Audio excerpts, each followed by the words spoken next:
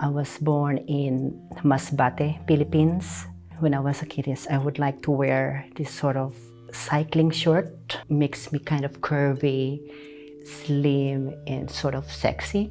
But my parents don't want me to wear that because it's something for only for a girl.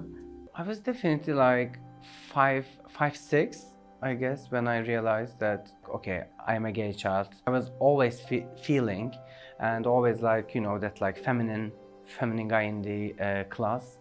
Of course, I get a lot of bullies. Growing up in Poland was quite a difficult time for me because I was always a bit different.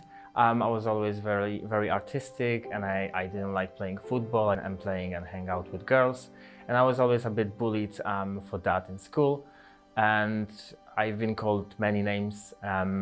In school, one of the names that boys called me was Lala, which means like a doll. It's life. But I don't want that to happen to anyone again, to any younger LGBT people that, you know, not able to really openly come out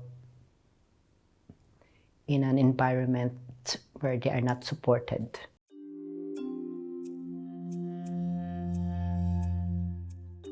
I only came out when I arrived to London. Only when I arrived to London, I started going on dates with guys, and I could slowly discover my true self and my sexuality. First time when I kissed a guy, I felt quite liberated, but also a bit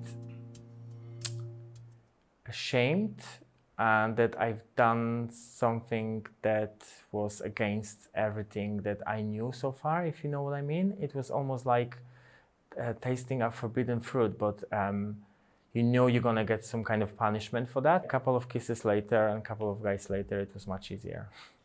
I didn't personally came out to my parents as a transgender woman.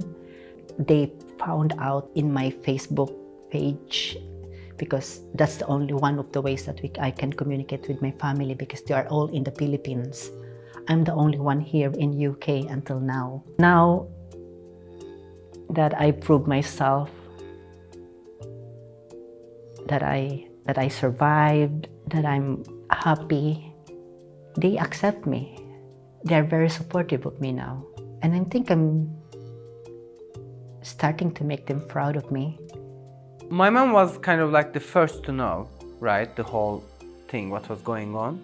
I didn't do kind of like a coming out to like, you know, my relatives and stuff, because after a few years, my mom, you know, became a LGBT activist. In a way, she came out to like, you know, all around. So that made my part easier, as in coming out as gay or queer. So my mom came last time to see me in drag.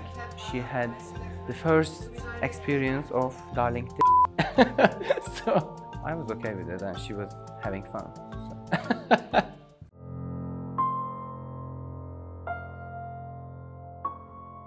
In terms of discrimination, I've been physically harassed.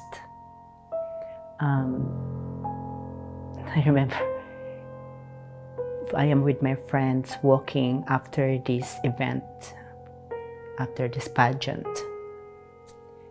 We're walking home, and then suddenly someone just hit me on my back head. Yeah, it's painful. It's painful. Are we just being too flamboyant walking on the streets? Or did he find us offensive being who we are walking on the street that night? That is some sort of the scenario that also happened in the Philippines. You're not being beaten up, you're also being killed.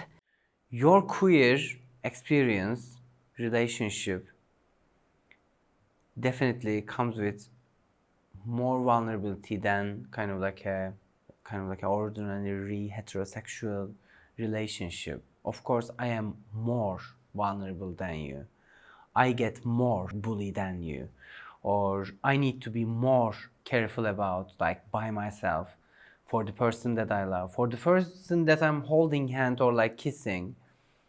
like in Turkey, in Istanbul. Being like queer, you always feel that unsafe energy. I experienced it like to my bones. I felt it like all over my body. I felt it most of the time. When we were in Wrocław, which is one of the bigger cities in Poland, there was a van who had like a billboard of gender. They had a couple of people working there with a megaphone and shouting some discrimination things, and my mom was like, you should go there with Diego and kiss in front of them and show them a middle finger. But we were too scared to do it.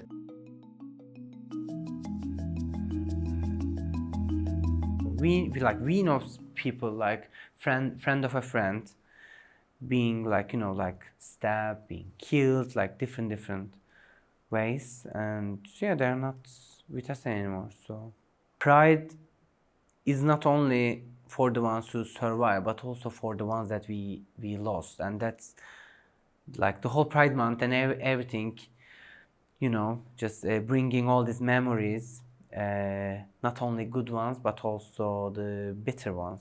I kind of getting involved in the Pride in London as well. Something like that was 10 years ago. And then walking on the streets, wearing a dress, parading, is something like, wow, it's so noisy here. And like, it's so good. I wish I have all of my gay friends back home in the Philippines walking with me. In Poland, I've never been attending any of the Pride parades, but I really would like to go next year. If you are somehow fighting for the rights of LGBTQ+ community in your country when you live abroad, I would say it's only fair to kind of come back and maybe fight for these rights.